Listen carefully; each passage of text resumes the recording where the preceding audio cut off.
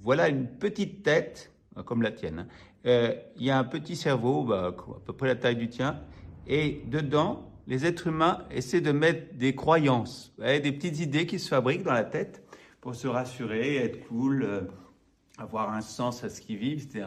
Et alors le problème, c'est que voilà, la croyance, c'est quelque chose que on a fabriqué qui est quand même un peu petit et puis qui n'arrive pas à absorber tout le réel. Et puis le problème, c'est que comme on l'a fabriqué soi-même, c'est un truc. Ben, j'ai confiance en moi, je suis assez intelligent pour trouver des super idées qui vont m'aider. C'est des croyances, mes croyances, convictions personnelles. Alors souvent on appelle ça convictions personnelles, mes valeurs.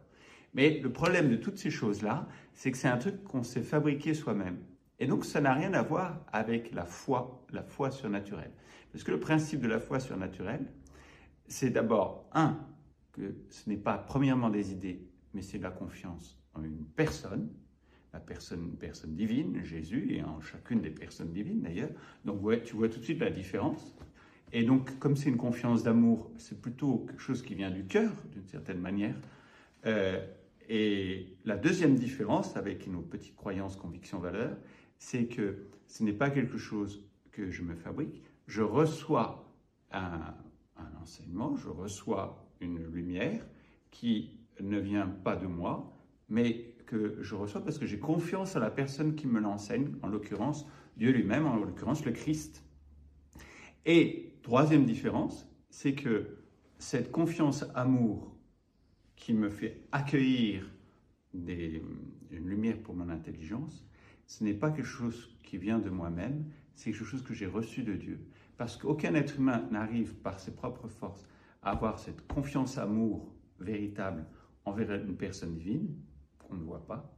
Et il faut qu'il y ait un don, quelque chose qui me tombe dessus, qui soit infusé en moi, et qui parfois peut me tomber dessus à l'improviste. Alors en général, pas complètement à l'improviste, et ça dépend de moi aussi de l'accueillir, de le laisser grandir, mais quelque chose qui va faire que je vais m'adresser à Dieu, à la personne divine du Christ, comme quelqu'un en qui j'ai confiance parce que je l'aime. Donc la foi, c'est pas petite tête, c'est mouvement du cœur, et ça, c'est du solide. Donc, du coup, tu comprends tout de suite la différence entre est-ce que les païens croient être une religion, c'est-à-dire un truc fabriqué par l'humain, et ce que c'est que la foi chrétienne, la foi surnaturelle. D'ailleurs, le seul mot foi surnaturelle veut bien dire que ce n'est pas quelque chose qui vient de la nature, mais qui vient d'au-dessus de nous, sur nature, qui vient directement de Dieu. Et la foi est dite théologale, mot compliqué. Théologale, simplement, ça veut dire que non seulement elle vient de Dieu, mais qu'elle atteint Dieu. Et c'est ça qui est extraordinaire. Nos petites idées restent enfermées dans notre cerveau, enfermées dans notre petite réalité. La foi surnaturelle atteint Dieu et donc s'ouvre à tout le réel, bien au-delà des choses, et bien au-delà même de ce que mon intelligence peut saisir. Donc la foi n'est jamais irrationnelle, jamais, mais elle concerne aussi des choses qui sont au-dessus de ma raison, simplement parce que j'ai un cerveau petit et que le réel est plus grand. Déjà, rien que dans la réalité physique, il y a des choses qui dépassent notre raison.